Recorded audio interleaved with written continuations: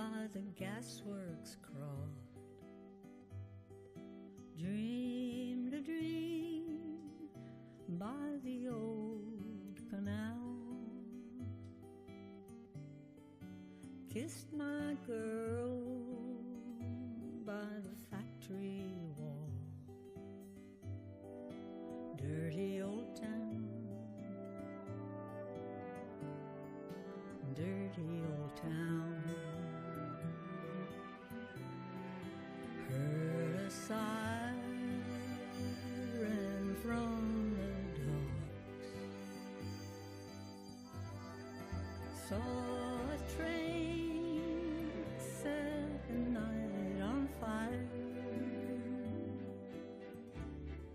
smelled the spring on the smoky wind. Dirty old town, dirty old town.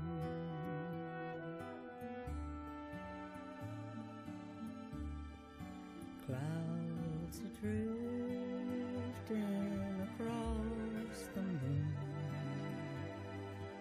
cats are prowling on their beat. Spring's a girl in the street at night. Dirty old town, dirty old town.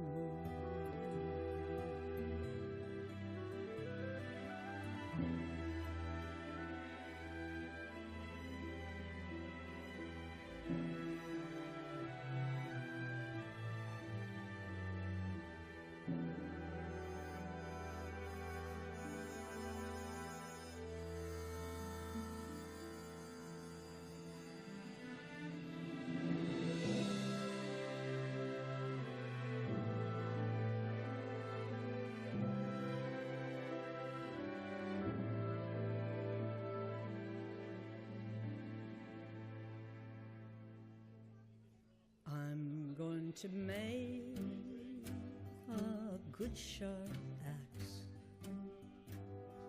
shining steel tempered in the fire. We'll chop you down like an old dead tree. Dirty old town, dirty old town, dirty old town, dirty old town.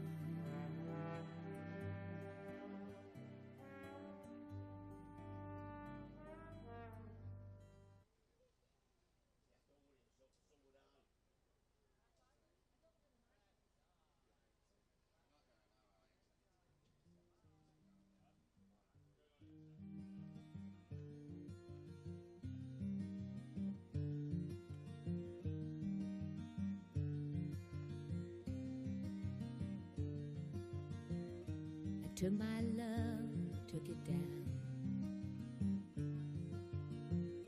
I climbed a mountain and I turned around, and I saw my reflection in snow-covered hills till the landslide brought me down. Oh, mirror in the sky, what is love? Can the child within my heart rise above? Can I sail through the changing ocean tides? Can I handle the seasons of my life?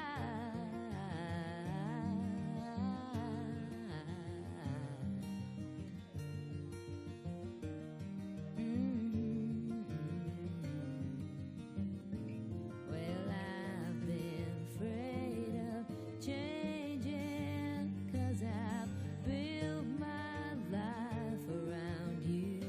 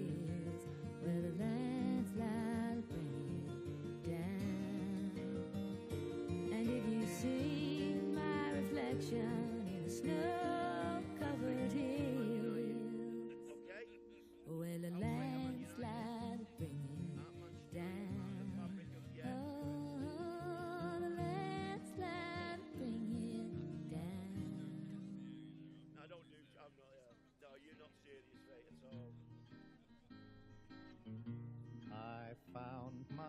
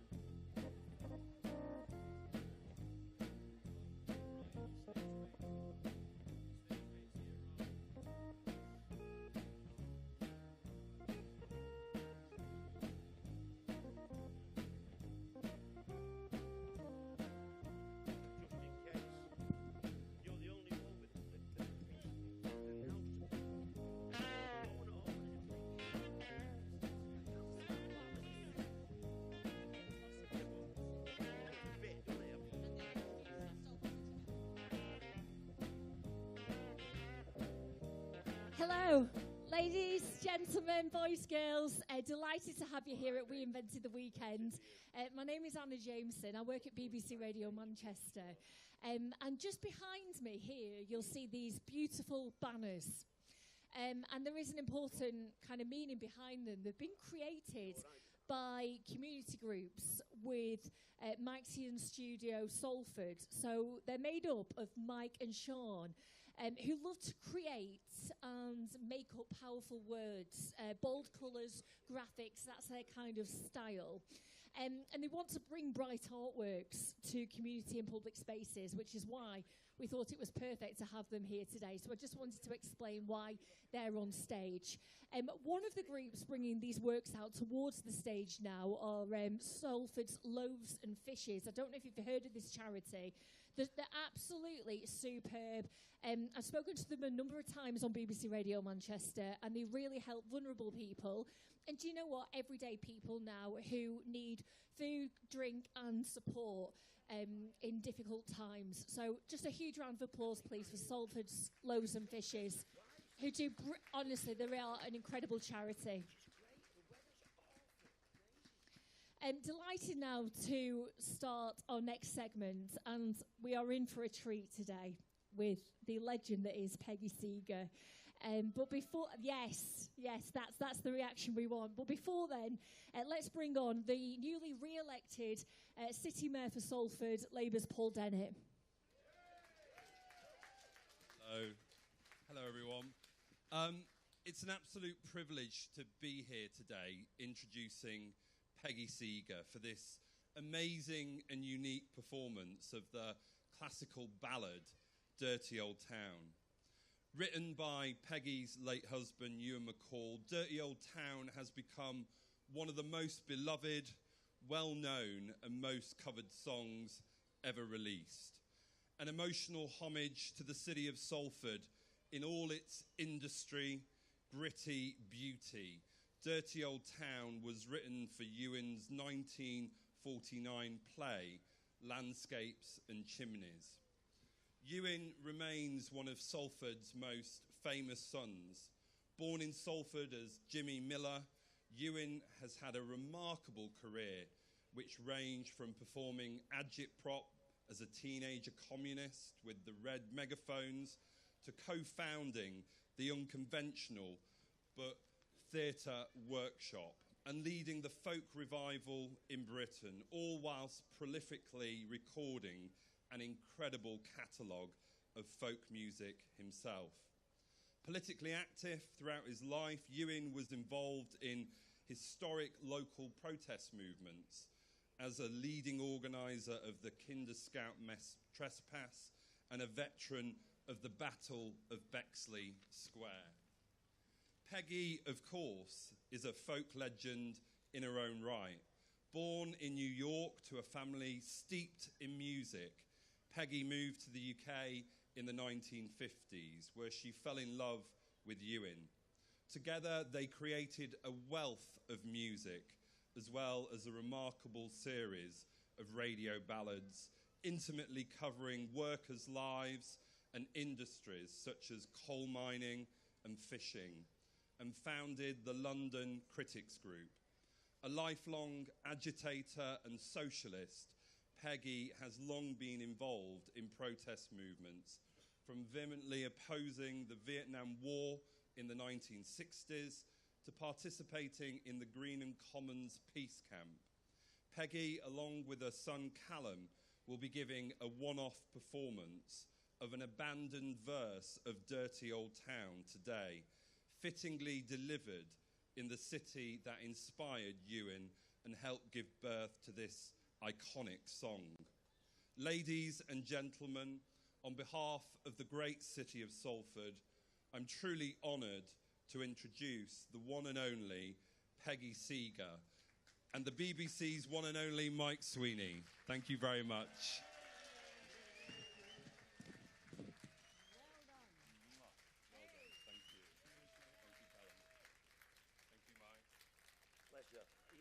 See you later, alligator. Hello, okay. Let's make sure everything's working. Can you hear us? No. Hello. Hello. Can you hear me okay? Although some would say I don't really need a microphone. I could just stand on the top of the building and do the radio programme. I want to welcome you all here, but very quickly, for those of you who have no idea who I am, I used to work on the docks here in 1970, and I worked down Agecroft Colliery during the 60s, and somehow ended up working for the BBC at my very, very late stage in life. It's an absolute privilege, though, to talk to this woman today and to find out more about an absolutely iconic piece of music. So, folk legend Peggy Seeger, Callum, her son, sits across from me. Let's have a round of applause, please.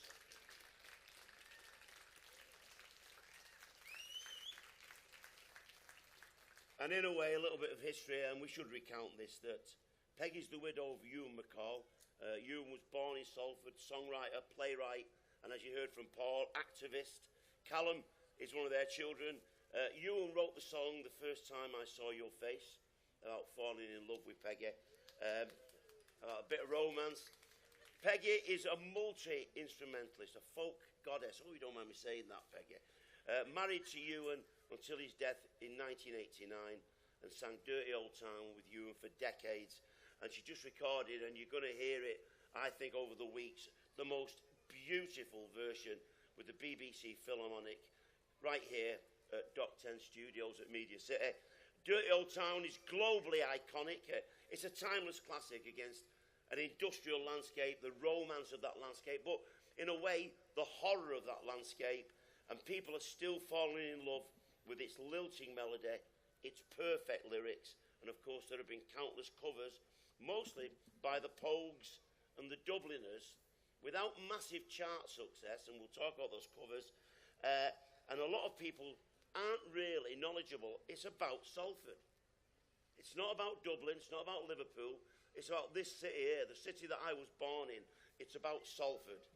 And we are reclaiming that song today here in Salford for the city of Salford. So I hope you approve of that.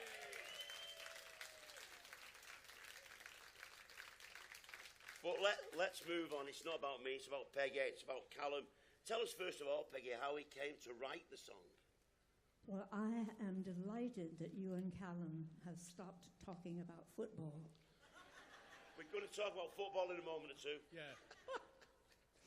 Now you can repeat your question, because I'm a Gemini. I have to hear it twice.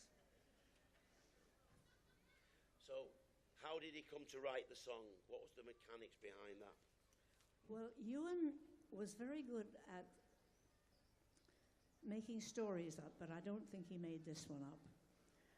He was working with Joan Littlewood on their joint theatre workshop, and he was a playwright. He actually wrote 14 plays, very, very different from each other. And this song was encapsulated within a play called Landscape of Chimneys. it was kind of incidental at that point. He said that it was written to cover a scene change. But when I looked at the script of the play, it's really embedded right through. That's when I noticed the now famous abandoned verse. It wasn't abandoned. It probably was, God help the singer, it was probably kept in the play because it does not sing well. And it went like this, and it's the only performance this verse is ever going to get. We are going to get a performance during this conversation, I hope. That would be lovely. I was going to do it now, but you've interrupted me. But we can put it where you would like, because really it's your show. As you can see, Peggy takes charge of everything, thank goodness. Only for a while, then it's your wife. She's lovely. Peggy Seeger. Now, so he wrote it for a play. And it at the time, I don't think that it was taken out of the play to be sung solo. The first time I heard it was when Alan Lomax formed a group called the Manchester Ramblers. And it was the theme song. No, I think maybe Hard Times or Manchester Rambler was, which you're going to sing later, I think. So, yeah, no, it's a spoiler. No. You're not supposed to. Oh, I take it back. You didn't hear that, did you? No. Sing the verse. Okay, I'm going to sing, but I've got to wait till I have permission from Mike Sweeney to sing it now. You have my massive permission, Peggy Seeger. Now listen to how bad this is to sing. I hate singing it. Moon of steel in the cloudy sky, silver skin on the roofs of mills. Oh, dear me. Stars are sparks from the chimney stack. Dirty old town. Actually, the images are lovely. Silver skin on the roof of a mill. That's wonderful, but it bloomin' doesn't sing. And I think it was abandoned as part of the song because it doesn't equal the poetry of the rest of it. And also, 4 verses is enough. And you have to realize when a song is too long. So they took it out because it was bad and because the song was better without it. And I hope you are not envious of my hot water bottle up here. Thank you for singing the verse. Peggy Seeger, everybody. So you're this middle-class woman from America. You've got this Salford scruff that you've met and fell in love with. He fell in love with you so much that he wrote a song about you. How did you two get together? It was really because, actually, I wrote a book called First Time Ever so that I wouldn't have to answer questions over and over and over again. And it tells the whole story of when I first met him, and I thought he was the oddest person I'd ever seen in my life. His singing was very strange, and he also, at that time, had a part in the Thrupney Opera in which he was the balladeer, and he was made up to look 60. In actual fact, he was 40, and I was 20, so I had no business. I didn't want to have anything to do with him, really, at that time. I didn't fall in love with him first time ever. I didn't. He did me. You know? So he chased me relentlessly for 3 years until finally I just got tired of running. And it really worked, you know. Do you know, his background was massively important to him. I mean, we're here now at what Salford Docks, Media City Darling, and I don't think anybody would have thought that Salford would ever become this. And at one point, it was a very poor, rundown. It was indeed a dirty old town. What was his background like in Lower Broughton, where he came from, do you think? He was born in Coburg Street in Lower Broughton, and it was part of his courtship ritual to take me there very early in April of 1956. People court in very strange ways, and there's another one in the book that you'll just howl with laughter, where he took me backstage and ...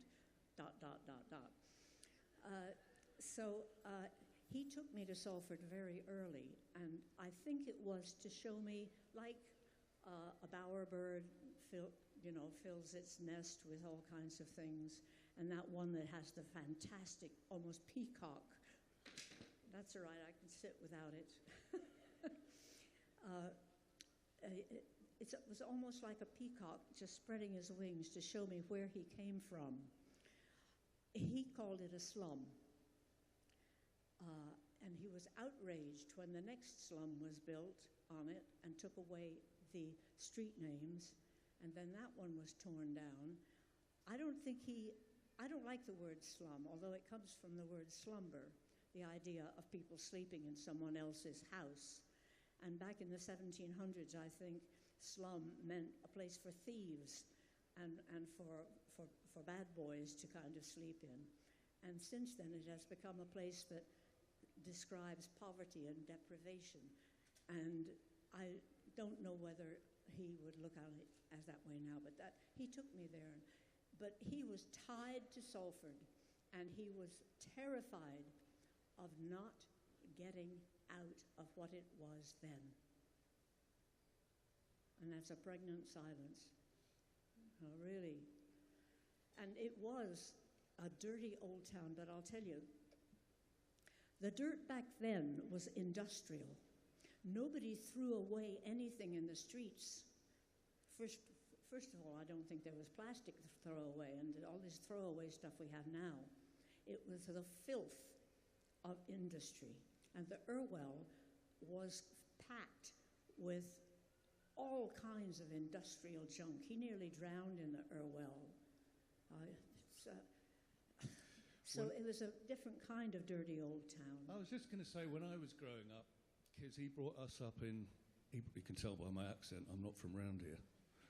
He brought us up in South London, in a kind of sleepy suburb. So when he used to talk about Salford, it was this mythical place that seemed to me something from a Dickens book. It was so grimy and awful and as Peggy said, just utterly filthy. But he was an interesting character in the, I don't know if anyone's ever seen the Woody Allen film Zelig, where the central character, whoever they're with, they become more like that. When he talked about Salford, because he'd kind of developed this neutral Middle English accent, but when he talked about Salford, his accent would change and he'd get more Mancunian. And it was like he'd revert back into it. And part of him, when he talked about Salford, was there. He was living it. But yeah, I don't know what he'd make of this now. When I listen to you and to Peggy, with both of you now, although he saw the dirt and the poverty, I always felt, listening to the lyrics of that there was within that a romance and a love for the city. It's a love-hate song. He loved the place and he hated the place. He had a lot of friends here. We occasionally went back and visited them. Yeah, and both the love and the hate are tied up in the song.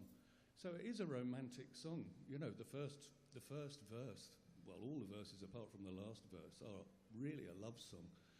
And of course, in the last verse, he smashes the place up. It's a love-hate song, which in the Pogues version, which I love, but most people think it's about Dublin simply because every Irish artist who's anyone will wheel it out on Paddy's Day. And the version will always be na na na na na na na na, be like that. Stop, Callum. Whereas the original version, which we'll do a little bit later,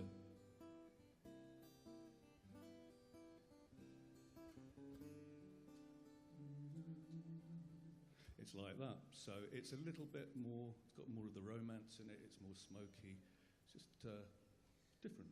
70 odd years on, we're talking about a song that's probably got more affection and love attached to it now than it ever has.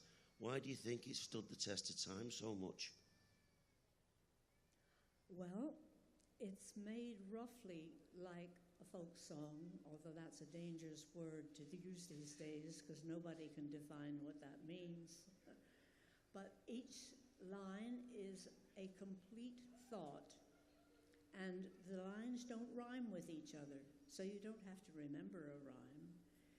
It's a perfect length, And it describes so completely, maybe it's just because I knew him and he talked about it that way, a teenage boy just full of hormone and romance and love and looking at girls. He's lonely and he's in this dark, dirty industrial town with the sounds, because Salford was very noisy at that time with industry. And I think it's lasted because it can do for you what you want. It doesn't have to do what he wants, but you can take those lines and they are all in some way relevant to every one of us. Even in the bleachers when everybody's howling it out. Or in Tokyo, where apparently they sing it about the dirty parts of Tokyo. I mean, goodness, a Japanese person turned up at my last yeah. Yes, and they were singing it in Japanese for me, and it was about Tokyo. So you can take it to yourself as a city, you can take it to yourself as a person, as a group, as a community, wherever you are. If you look at his talents, he was a playwright, he was a politician in a way in his early days within that informal politics. He wrote poems, he wrote songs, but how important to him do you think? I mean, we're talking about this one song. He wrote hundreds of songs, particularly for you, Callum, as he was your dad. How important do you think the song was to him, the songwriter? No more important than any of the other songs he wrote. It's that kind of weird thing for songwriters that they'll write, like he did, hundreds and hundreds and hundreds of songs, and then for some reason one song will catch the public imagination, and then that's what they're remembered for. And there's a kind of albatross around the neck. Yeah, it's a privileged one, but that's the only song you've ever written. And so I've met a few songwriters in that position who've written the one song that's become the huge hit that everyone remembers, and of course everyone wants to go, I've got this new album, and people in the audience are going, oh, play the big song. No, I want to play the new album. No, I want the big song. So there's a kind of resentment with it, actually, but he was proud of it, just as because it's a good song, it's successful. And that missing verse isn't a missing verse, it's a discarded verse, because he was a really good editor of his own songs, so he was very keen on cutting the fat out of a song. So if it didn't need that verse, it doesn't need it. So it's the right length, it holds your attention. But yeah, that was a long way round of saying no more proud than of any other song. Do you think he discarded it, Peggy, because it just wasn't good enough? Well, I have no idea, but he did know how to prune a song, how to hone a song. I have a little bit of an argument with him over one of the words in the song as we sing it, because one of the notes that you have to hold on a high note doesn't work. You know, you can hold ah, aw, e, oo. Those are all pure vowels. But ow, cats are prowling. So I've changed it on the recording. No, I didn't change the word. I just changed it off of that bloomin' high note where you have to hold a note that can't be held. Did he ever talk to you about the process behind writing the play Landscape with Chimneys, how that came about? Well, he wrote it for the theatre that he worked in. He didn't talk much about writing plays. He wrote songs as if they were plays. I mean, he had a wonderful theatrical sense. He really, really did. That's why he wrote songs in a number of different styles. And it really helped me with the critics group that we worked with to understand how songs are theatrical as well as theater is like music. He was quite an extraordinary talker, and he hardly ever stopped talking. A bit like you, Mike. Don't know whether I could concur with that or not. I've seen the play for the first time. I was at the Working Class History Museum in Salford, which, to my shame, I'd never been in. I know I've got a middle-class lifestyle now, but I still think of myself as a working-class Salford scruff, deluded though that may be. And so I read the play, and I was fascinated by it, by the romance, by the fact that when I was a kid, if you kissed girls, there were no clubs to go to. It was usually against a back wall somewhere or a croft somewhere. Would you, or what? Go on. Anybody up against a wall? Loads of times. Oh, let me know about that. My first ever kiss in Salford, her name was Betty Mayo, and I kissed her. We lived in Croft House. Flats are still there. The back wall doesn't have windows in it because it has chimneys going straight up. And I kissed Betty Mayo, sorry Betty, against this wall, I'm afraid, in Odsal. Apologising to her after all this time. Well, she might need the apology now. She might not want me out there. So, how do you feel about seeing that play out again? Because nobody, really, I say nobody in inverted commas, knows about it. Well, people begin to talk about it as an old-fashioned play. But to be quite honest, at my age, I quite like old-fashioned. I really do. They had a directness, and sometimes there were a lot of cliches and a bit of naff stuff. But the issues were black and white, and now they're all colors. And maybe the black and white was what he was into, because he lived in black and white. He saw Salford as black and white. He didn't see it as colored in any way. Or I don't think so. I need other people's opinions on that, because some of you out there probably knew him. You know, how old would he be now? All right, 107 or something. No, maybe you're not here. Well, personally, the plays, I think he was a way better songwriter than he was a playwright, which isn't denigrating him in any way. When I've read the plays, I just find them, because they're of their time. I mean, the first theatre group he was in, based here, was called the Red Megaphones. So it was an overtly political, all the plays were very politically slanted, and they were issue plays. So I find the plays very much head, and the best of his songs are a great marrying of the head and the heart. So going back to what makes it a great song, it's got poetry in it, but not too much poetry. It's not pretentious, it's relatable. But there's a humanity and there's an emotion and a romance in it that there wasn't particularly in the plays to me.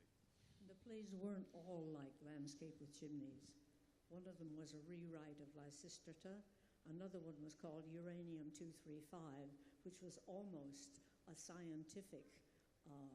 Then another one called The Other Animals, which is so literary that you almost can't follow it. That's what I meant, head rather than heart. Yeah, good for you. That was good. I like that. And good for you for a whole stack of things. Has anyone else ever been on stage with their mum? Or with their son. I've heard about her sex life. I've heard about her first kiss. I've heard about where she and who she lost her virginity to. I even found out where I was conceived in front of an audience. And she even described the wallpaper. To which my only reply... Not yours. Yours was a waterfall. Oh, shut up. To which my reply was, if you can remember the wallpaper, it can't have been that good. Don't you love family discussions? Yeah. Well, as far as cutting verses out of songs, we used to sing to Callum every night when he was little. And he knew the songs, he really did. So you'd sing a really long, slow ballad, and you'd be cutting out verses so that you wouldn't fall asleep yourself. And at the end, this little voice pops up, "You missed verse 35. Still in counselling. Can we bring the elephant very firmly onto the stage here in Salford? Because, of course, in the original version, in most versions of the song, there's no mention of Salford wind. It's interpreted differently by various artists. Why is this?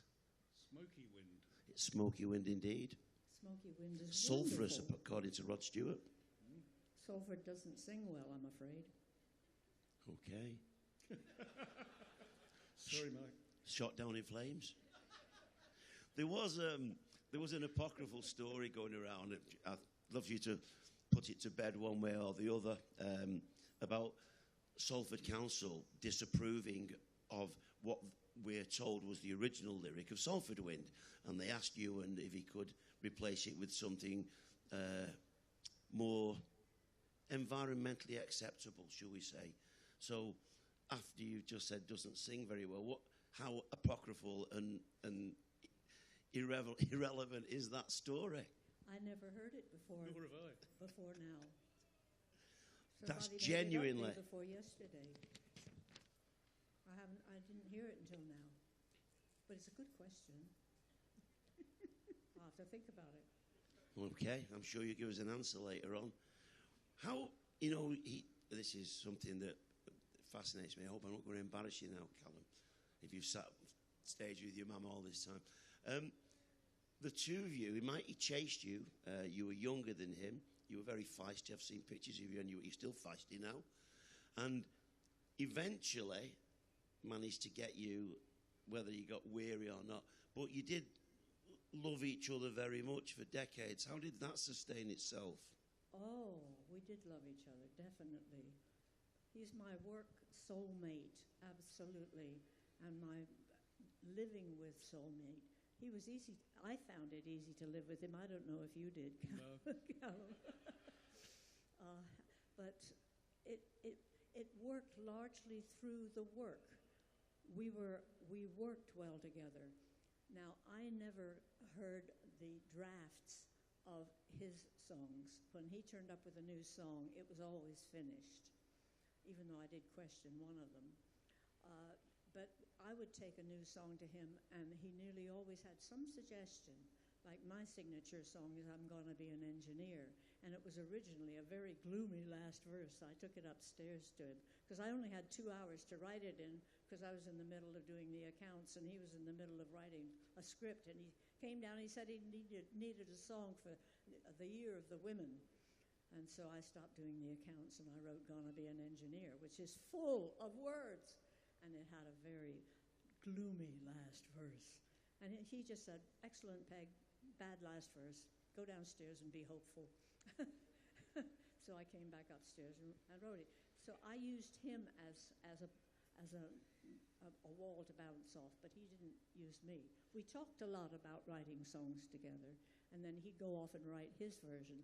I'd go off and write mine, So with Ecology, I wrote Wasteland Lullaby, and he wrote The Vandals. Very different songs, extremely different songs about the same subject. Callum, what was it like his Father's Day today? What was it like growing up with a famous dad, and a dad who certainly wasn't conventional really in any way? I don't know. There's a lot of mythology about me dad, and, the whole folk fascist thing.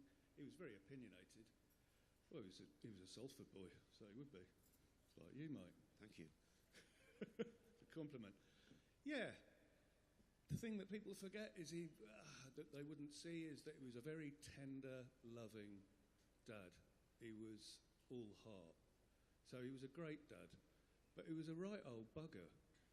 He really was an old bugger, and he was so opinionated to the point that when...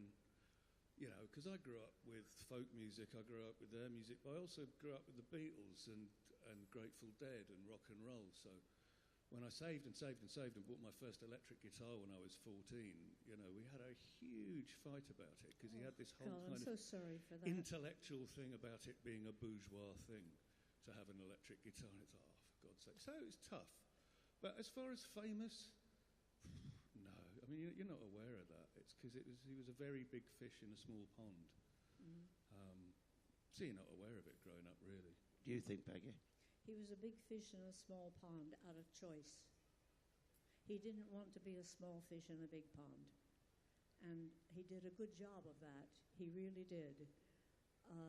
He set his own rules, and we set our own rules, even though in our very singing of songs, we often did not follow those rules.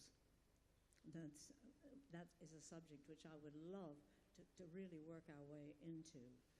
But one of the grievous things about him going, quite apart from him going at all, was the huge repertoire in his head that he took with him. Quite a number of songs that he had never recorded, and things that he had to say. I wanted him to write a book about the folk revival, and I'm very glad that he didn't, because I think it would have just sparked more and more arguments about something that has no definition anymore. And by the way, I'd like to thank our signer. You're doing a lovely job. And keeping up. Do you know you've got quite a personality, Peggy?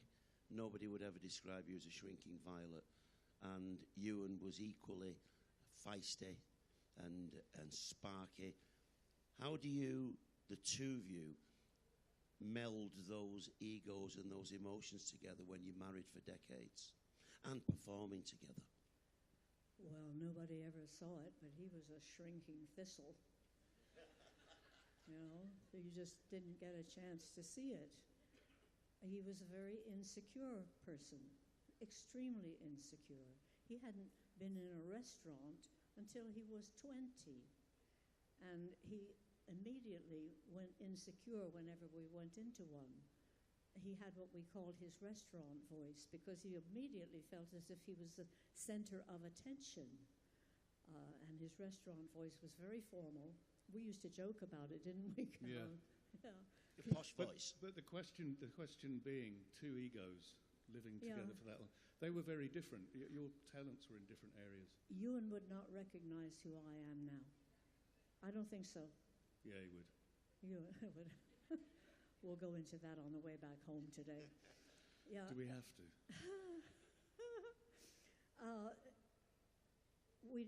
I think possibly I shouldn't say this with your wife present. She is. I know that. She's nice. She's lovely. But when you're... Jesus, my mum's hitting on Mike. Sorry, Viv. When an older man is with a younger woman, I think you're very aware that you have to keep up. And as he got older, he found he couldn't keep up. And that really grieved him. A lot of the things that he did were because I was younger and because I was so opposite to him. We were opposite in every possible way, in class, in sex, in our musical knowledge, in playing instruments, in the way we approached life, in American and English, although he always said he was Scots, but he wasn't. No. Yeah, he could say he was born in Ochterarder. Everybody knew he hadn't been. And I said, why do you say that? He says, I was born in Ochterarder. Is that why you're Callum? Yeah. And my brother's Neil. And my other brother's Hamish. And my sister's Kirsty. And my other sister's Katrina. It's all Scots. You were going to be named Sorley after Sorley MacLean, until I said, no, you can't go into life with that Sorley, because my father wanted to call me Euphrosyne, and my mother put her foot down. But we got on because we were opposite, and because we gave to each other what the other one didn't have. You know, when you look back to his performing, whether it was songwriting, and I just want to, very quick, I just want to hop back a bit. On the play front, George Bernard Shaw was a fan, and yet Ewan just gave it up after a while and stopped playwriting a part of his life. Why do you think that was? Well, in Joan Littlewood's book, she really laments that Ewan took to folk singing, and she didn't like what happened to his voice when he started singing folk songs. I think you come to a time when you want to change things that you're doing, and power to you if you can do it. Right now, you called me a multi-instrumentalist. I am not anymore. I have arthritis in both my hands, and I can't play what I used to play. So I'm simplifying. This is not that Ewan simplified from theatre to being a singer and songwriter. I think maybe he realized, as Callum said, that maybe he was a better songwriter, and I think you're absolutely right there. And he was a fabulous singer. Mm. He really was. Yeah. In what way, Callum? He just had this rich, treacly voice, and he could reach the back of a room, and he could hold a song, and he could tell a story. Mm-hmm. He was a fabulous singer, and that's what's kind of forgotten about him a bit more. There are two large elephants here at Salford Docks, Media City Darling, today. One of them is the Salford Wind, the other one, and I don't want to spark a family fight here, but Peggy and I have had a conversation about cover versions of Dirty Old Town. So let's get the one that everybody, I think, is aware of, certainly worldwide. That's the Pogues. So I know that Callum gave it a wave of approval. I know that Peggy and I have had a conversation back in the day that is not quite as approving. What's your thoughts on those cover versions? The Pogues, Dubliners, Rod Stewart, et al. Peggy? You said that your father was opinionated. You never said that your mother was opinionated. But That's she is. because you're here. I love all of this with you, Callum. This is great. Just don't do it when you're doing 80 on the motorways. He's a brilliant driver, by the way, which his father was not. So, about the song then. About the song. Thank you, Callum. I couldn't do that. It's your mum. Back in the room. Okay. As usual, I've forgotten the question. Oh, yes, cover versions. It's an interesting term, cover. Are you covering something up? I never learned the word until I found that I didn't like what Roberta Flack did the first time ever. But I have learned to listen to them and say, okay, this is what they are doing with their way of singing. With Dirty Old Town, I do feel that it's lonely. But these days, young people are lonely in a different way. They go to music and they go to clubbing. But the way that Ewan MacColl was lonely, it was right for him. And it's a fight that I have with myself when I hear cover versions where they're stamping it out and there's drums and there's all of these things. But this is a way of saying this is who I am to the people who do those, who sing it like that. And that's what the Pogues did. They sang it for Dublin. They didn't necessarily sing it the way Ewan MacColl wanted, but so what? It's just There you go. Callum, your thoughts without sparking a row?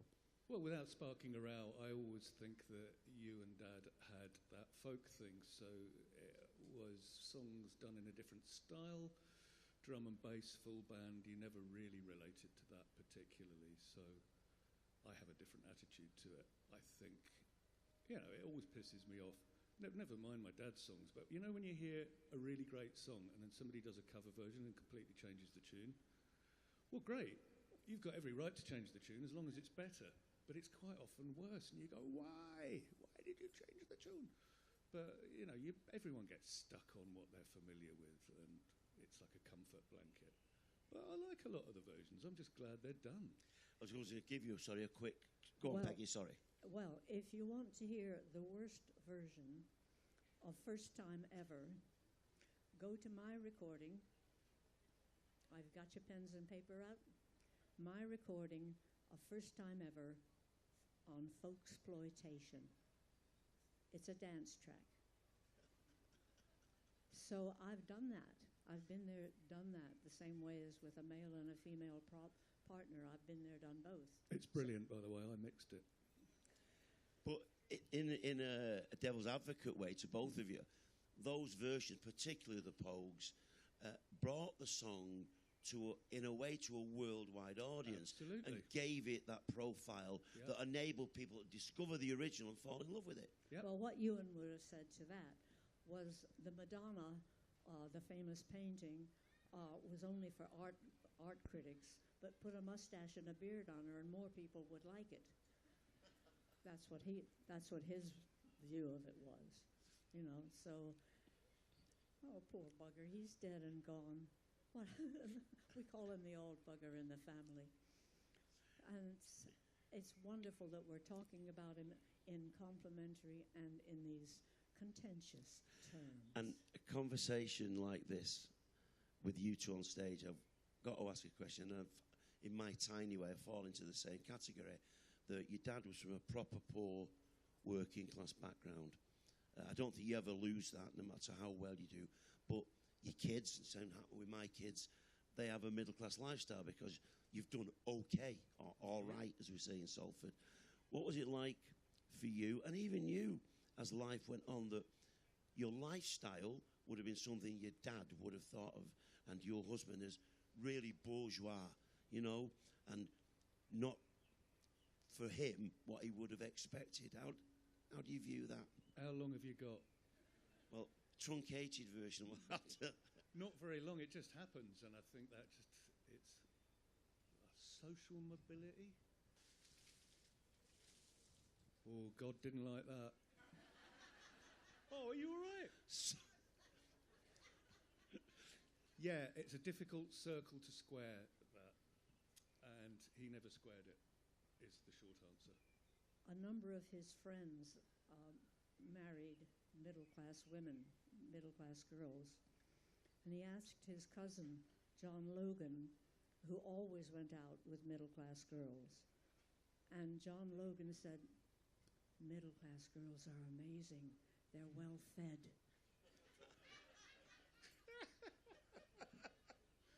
And on that. Yeah. And on that, so just how that is tragic. It really is tragic when you think of what slum means now.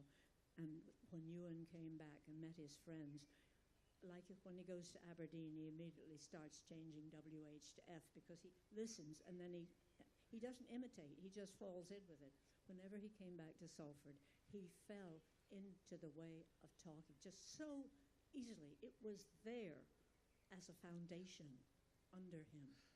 He never tried to become middle class. I don't think so. No. Yeah. If But I he can- wanted to live like middle class people. He didn't want to move back into Salford. Some of his friends did and stayed and worked and made Salford a better place. But he didn't do that. He was terrified of Salford and he loved it. How important is it, though, that song, and we're recovering it and we're rediscovering it and taking possession of it here in Salford because of, in a way, its worldwide appeal and its heightening image as the years go on? How important is that Salford now is getting the recognition of that link with his dad, your husband, and that song? Well, any good song, it's nice that that happens. It might be nice if whenever you sing it, you say this is a song about Salford, rather than just singing it. And we always expected, once First Time Ever hit, I always expected Dirty Old Town to be next. But it's gotten a better way because people changed the words and the music of First Time Ever. The first two lines of First Time Ever are not what Ewan wrote. I don't know how they came to exist, but Dirty Old Town still has the tune he wrote.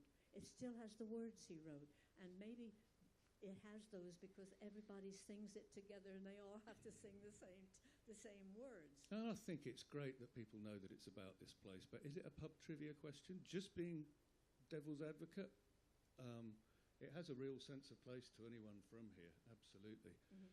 But there's a reason why in all of the cover versions it's not Gasworks Croft, it's Gasworks Wall or Factory Wall, because in Dublin they don't know what a Gasworks Croft is.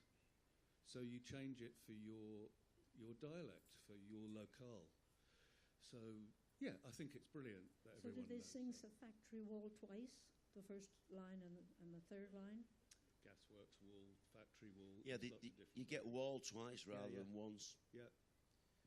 We're coming to the end of our conversation. It would seem that God might have not liked us for a moment or two, but He's kept the sun on us for nearly an hour, and you've been here listening to us for an hour, which I think is really lovely to see that you've got the patience and the fact you stood up. So I hope you don't mind if I ask you to give yourselves a round of applause for being here and taking part in this.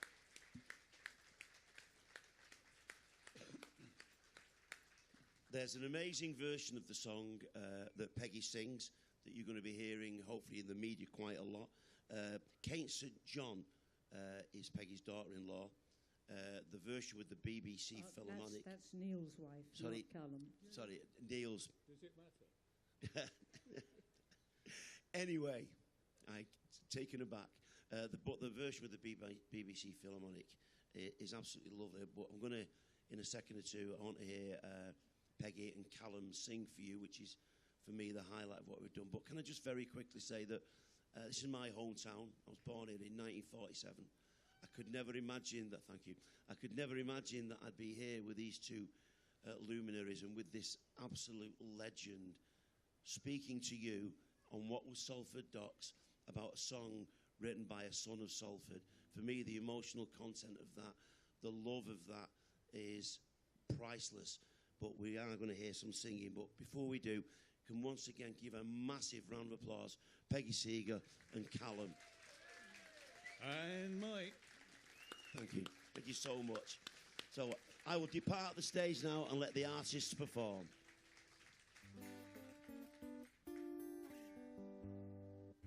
A touch more guitar, Dimitri, just a little bit. 1, 2, 3, 7.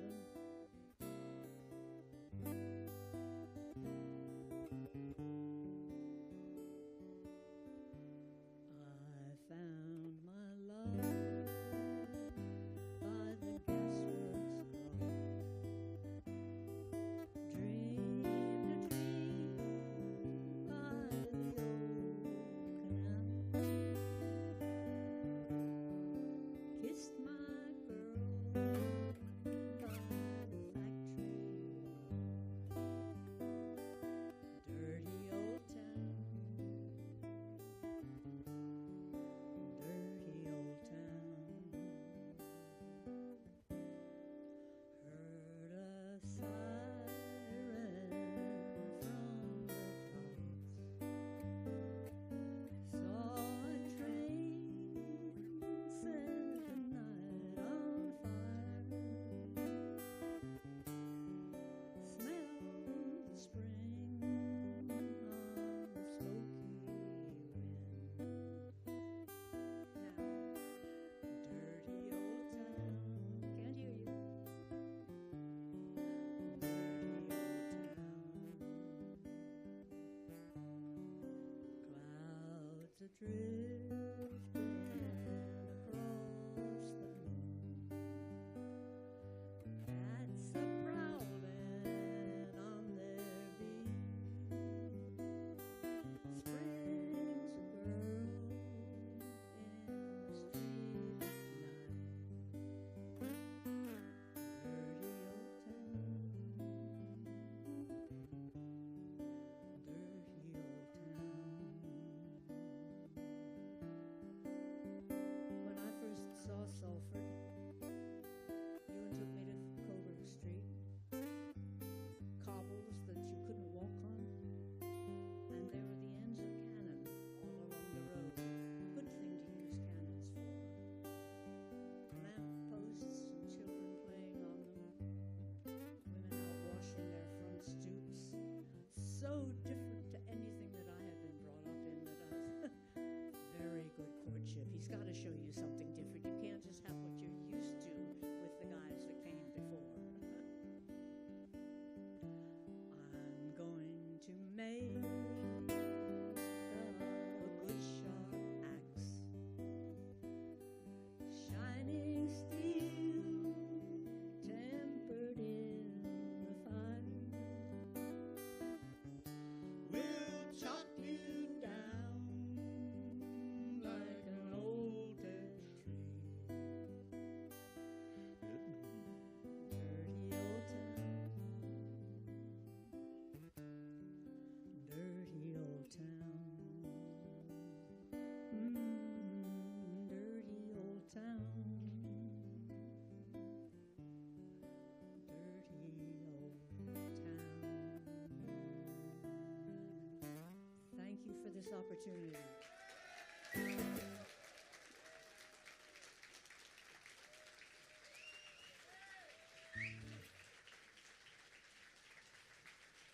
Thank you. Now, Well, this seems like a good song to do. I've never sung it before, so you have to bear with me. This is another dad's song. It's another song that was written here in Salford that's kind of, well, it is about Salford and those hills that are 20 miles over that way. He wrote this in 1932 at the age of 17, which I only found that out last week, which is gobsmacking. And in 1932, that's when it really was landscape with chimneys and dirty and grimy. And working class boys and girls from this place, if they wanted some R&R that wasn't going and sitting out of the rain in the library, would hitchhike or get a bus, go 20 miles that way out to the Pennines and walk on the hills if they could. The problem being that a lot of the moors, notably Kinderscout and Bleaklow, were privately owned. So they'd face walls of keepers who would keep them off the privately owned land, which was kept by the great and the good for grouse shooting. The great and the good, like, I don't know, Rishi Sunak? Just saying. Boo indeed. So, he wrote this song for the mass trespass, where thousands of them went out, challenged the keepers, and that paved the way for the right to roam movement, and it's why we can now go out there and walk on those moors. It's got a chorus, which the whole point of this chorus was that thousands of people would walk up and down there singing it. So if I attempt to bawl this away on my own, it's going to be a bit out of character, so you're going to sing it. And now we've only got about 5 minutes, so if you don't pick this up really quick, you're just going to get this chorus over and over and over and over and over and over again. It goes like this. I'm a rambler from Manchester way. I get all my pleasure the hard-worn way. I'm maybe a wage slave on Monday, but I am a free man on Sunday. That's not very good Salford friendly, is it? So I'm a rambler from Manchester way. I get all my pleasure the hard moorland way. I may be a wage slave on Monday, but I am a free man on Sunday. Are you ready? We're going to try again. It's like schoolmaster, isn't it? On a Sunday. I'm a rambler from Manchester way. I get all my pleasure the hard moorland way. I may be a wage slave on Monday, but I am a free man on Sunday. I've been over Snowdon, I've slept upon Crowden, I've camped by the Wainstones as well. I've sunbathed on Kinder, been burned to a cinder, and many more things I could tell. My rucksack has oft been my pillow, the heather has oft been my bed, and sooner than part from the mountains, I think I would rather be dead. We go. I'm a rambler from Manchester way. I get all my pleasure the hard-worn way. I may be a wage slave on Monday, but I am a free man on Sunday. The day was just ending, and I was descending down Grindsbrook just by Upper Tor, when a voice cried, "Hey you!" in the way keepers do. He'd the worst face that ever I saw. The things that he said were unpleasant. In the teeth of his fury I said, sooner than part from the mountains, I think I would rather be dead. I'm a rambler from Manchester way. I get all my pleasure the hard-worn way. I may be a wage slave on Monday, but I am a free man on Sunday. Well, he called me a louse and said, think of the grouse. Well, I thought, but I still couldn't see why old Kinderscout and the moors round about couldn't take both the poor grouse and me. He said, all this land is my master's, and at that I stood shaking my head. No man has the right to own mountains any more than the deep ocean bed. I'm a rambler from Manchester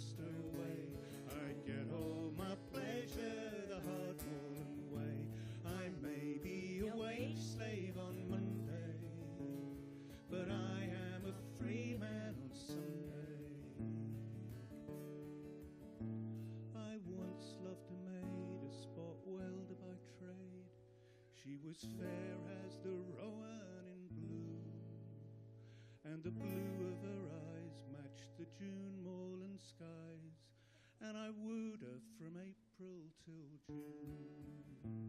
On the day that we should have been married, I went for a ramble instead, for sooner than part from the mountains, I think I would rather be dead. I'm a rambler from Manchester way. I get all my pleasure the hard Northern way. I may be a wage slave on Monday, but I am a free man on Sunday. So I'll walk where I will, over mountain and hill, and I'll lie where the bracken is deep. I belong to the mountains, the clear running fountains, where the grey rocks rise rugged and steep. I've seen the white hare in the valley, and the curlew fly high overhead, and sooner than part from the mountains, I think I would rather be dead. I'm a rambler from Manchester way. I get all my pleasure the hard Northern way. I may be a wage slave on Monday, but I am a free man on Sunday. One more time, everyone. I'm a rambler from Manchester way. I get all my pleasure the hard Northern way. I may be a wage slave on Monday, but I am a free man on Sunday, unless I drive a van for Tesco. Damn the gig economy. Another good reason to vote in July, I think. But thank you for the weekend, Salford.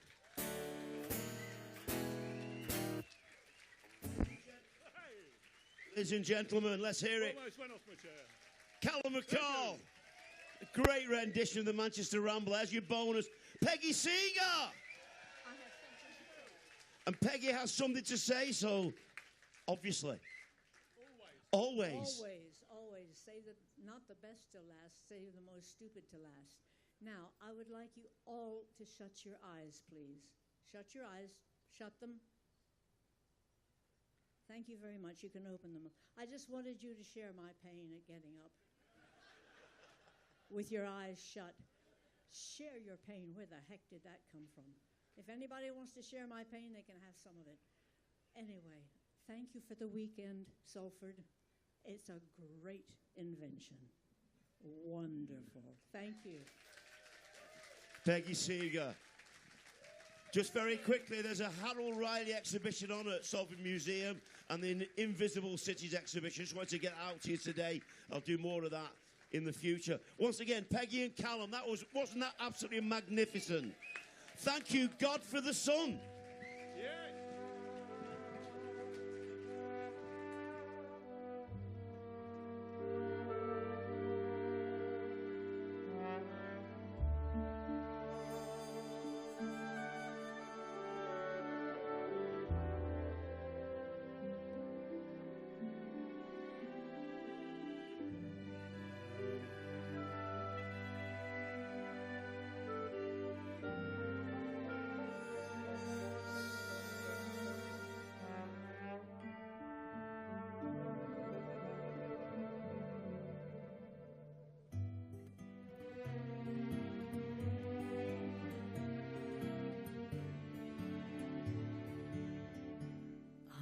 Found my love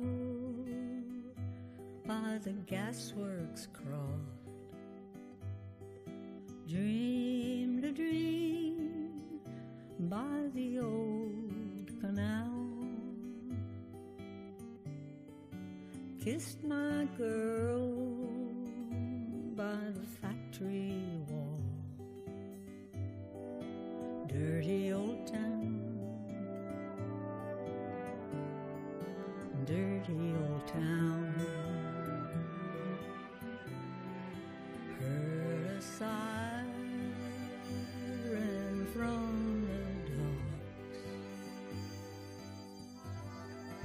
saw a train set the night on fire. Smell the spring on the smoky wind. Dirty old town, dirty old town.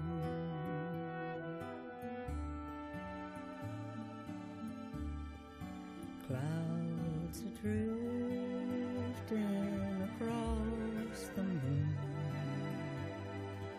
Cats are prowling on their beat.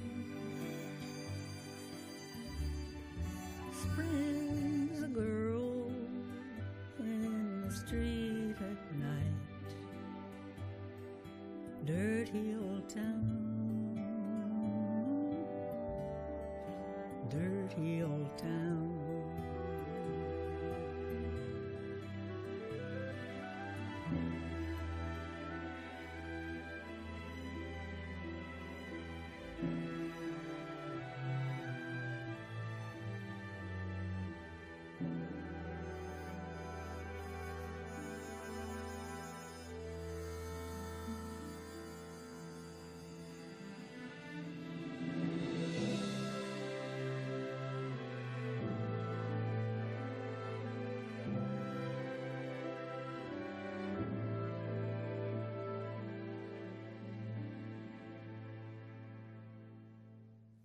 I'm going to make a good sharp axe, shining steel tempered in the fire. We'll chop you down like an old dead tree. Dirty old town, dirty old town, dirty old town, dirty old town.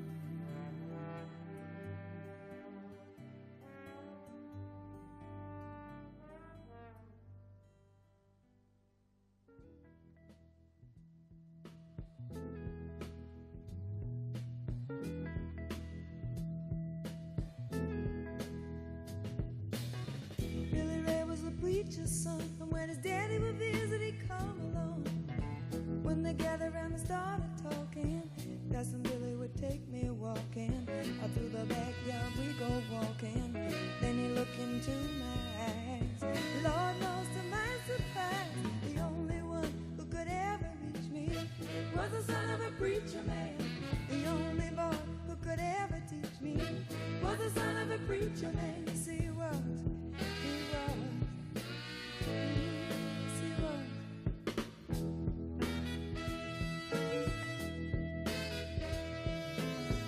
Being good isn't always easy, no matter how hard I try. When he started sweet talking to me, he'd come and tell me everything is alright. He'd kiss and tell me everything's alright. Can I get away again tonight? The only one who could ever reach me was the son of a preacher man. The only boy who could ever teach me was the son of a preacher man. Yes, he was. He was. Lord knows he was. Yes, he was. How well I remember the look was in his eyes, stealing kisses from me on the slide, taking time to make time, telling me that he's all mine, learning from each other's knowing, looking to see how much we've grown, and the only one who could ever reach me was the son of a preacher man. The only boy who could ever teach me was the son of a preacher man. Yes, he was. He was.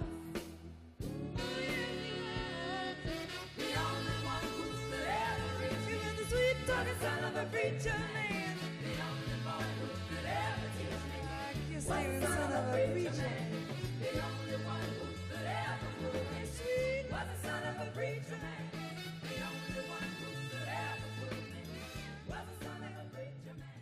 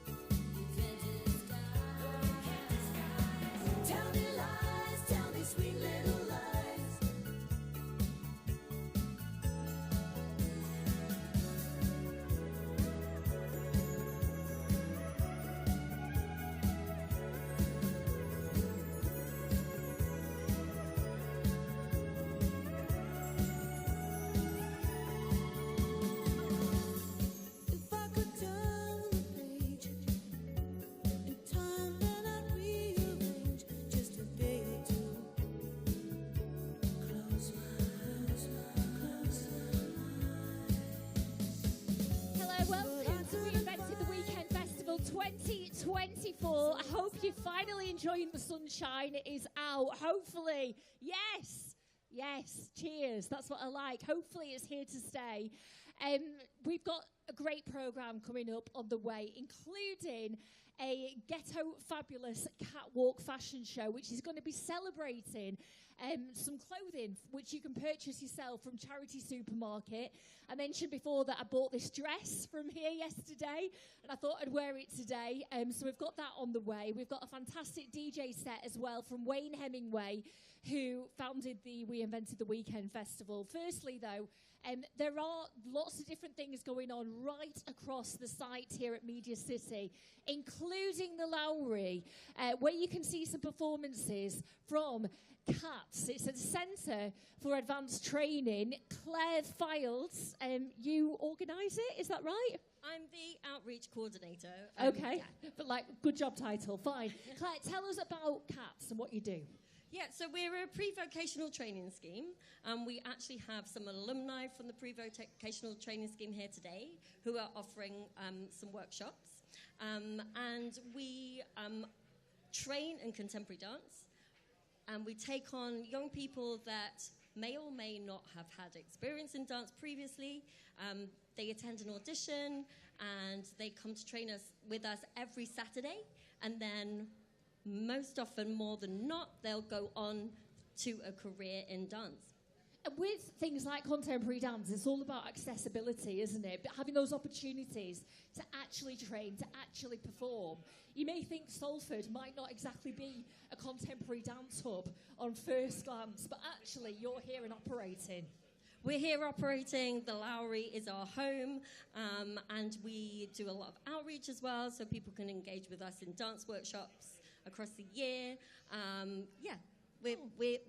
We're actually the Centre for Advanced Training for the whole of the Northwest. So we have young people that travel from as far as Cumbria, Liverpool, Blackpool, and they come and train with us on a Saturday. But yeah, it is for people that just love to move and that are really, really passionate about dance. Fantastic that you're attracting talent from right across the Northwest. With us here are two dancers. We've got Georgia and Noosh. Thank you so much, you two. Georgia, whereabouts are you from? So I'm actually from Manchester. And whereabouts in Manchester?